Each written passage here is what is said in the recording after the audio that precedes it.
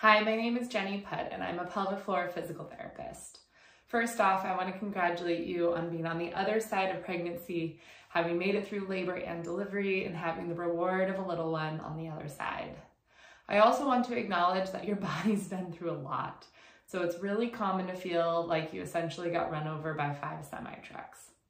I want to go over things that you can start right away, things that are going to help you rebuild your foundation and feel better sooner.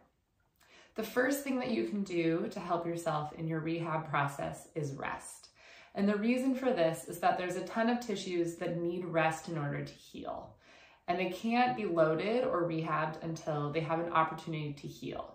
So the fastest path toward rehabbing is to rest the tissues and give them space to do the healing.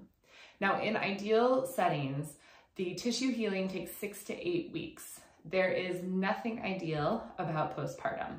Your nutrition's usually a little off, you're not sleeping very much, and you're not really doing full rest because you have a little one that you have to take care of. So just keep that in mind. The tissues that are needing to heal are our abdominals. They have been stretched out due to pregnancy, and if you had a cesarean delivery, then they've been cut through as well, and we need that incision to close and heal. Then we have our pelvic floor. The pelvic floor muscles likely have a tear in them if you had a vaginal delivery, but they also went through a lot of trauma having that kid come through them even if they didn't tear. And if you had a cesarean delivery, the pelvic floor still needs some time to heal because it was under a constant load of that baby in utero. The last tissue that we have to heal is the vaginal canal or the vaginal wall. And this tissue is what tissue provides support to our organs on all the sides of it and what prevents prolapse.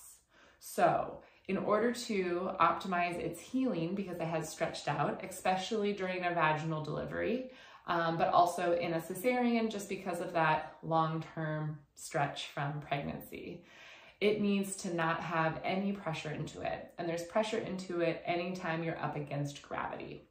So you have your vaginal wall tissue, you have your pelvic floor muscles, and you have your abdominal muscles that all just need you to rest in order for them to heal, repair any wounds, and come back together to a more normal length so that they can then be loaded. Lastly, you have a big gaping open wound in your uterus. So imagine the size of a dinner plate. That is the size of the wound inside your uterus where the placenta was. And so if you can think about having that wound on the outside of your body and think about the things that you would be doing or not be doing, that's a good thing to go by. Also, your bleeding is an indicator of whether you are healing internally or whether you're pushing it too much. So if you're watching your blood, what should happen is that it should gradually taper off over time, and it should go from a bright red to a deep red to a brown. If we overdo it, which is essentially like opening the wound up again or picking off a scab of a wound, you're going to notice an increase in bleeding and/or your blood will go from that brown to more of that bright red. That's the difference between old blood and new blood.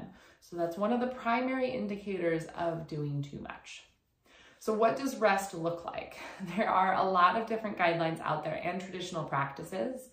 I would say if your body had its way, so if your tissues got the optimal thing that they needed, it would be equivalent of a 40-day lie-in, which means that you're laying in bed, bonding with baby, and lying down for 40 days.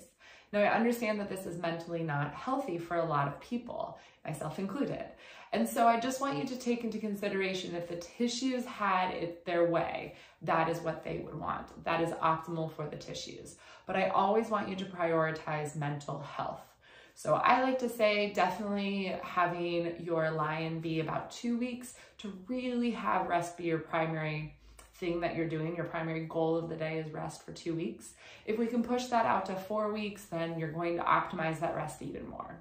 And when we start moving, we want to take gradual little baby steps. So there's a 5-5-5 rule, which is 5 days in the bed, 5 days on the bed, and 5 days around the bed.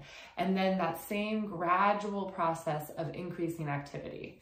So you can take that same kind of little baby steps when you're returning to movement. and paying attention to your body and your bleeding to see if it seems as though maybe you're pushing it beyond what the tissues want to do early on. So the things that I'm going to review in the following videos are our posture, our breathing, and how to find abdominals and how to relax the pelvic floor. These are the 4 components of our foundation, and they can be started right away. The one exception of this is if you've had a cesarean delivery, you cannot activate your abdominals right away. So please skip that video, and you can go back to it once you've been cleared or once your incision has fully healed, as in it's fully closed and there's no scabs on it. So the reason that these are components for our pelvic floor health is that they are the components of a strong core. So when we talk about the core, the top is the diaphragm, the middle is the abdominals, and the bottom is our pelvic floor.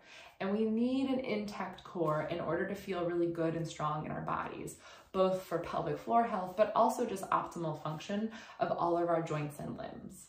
So in each video, I'll explain a little bit more about the why behind what we're doing, as well as the how. And feel free to reach out to me with any questions. You can find my contact information at jennyputtpt.com.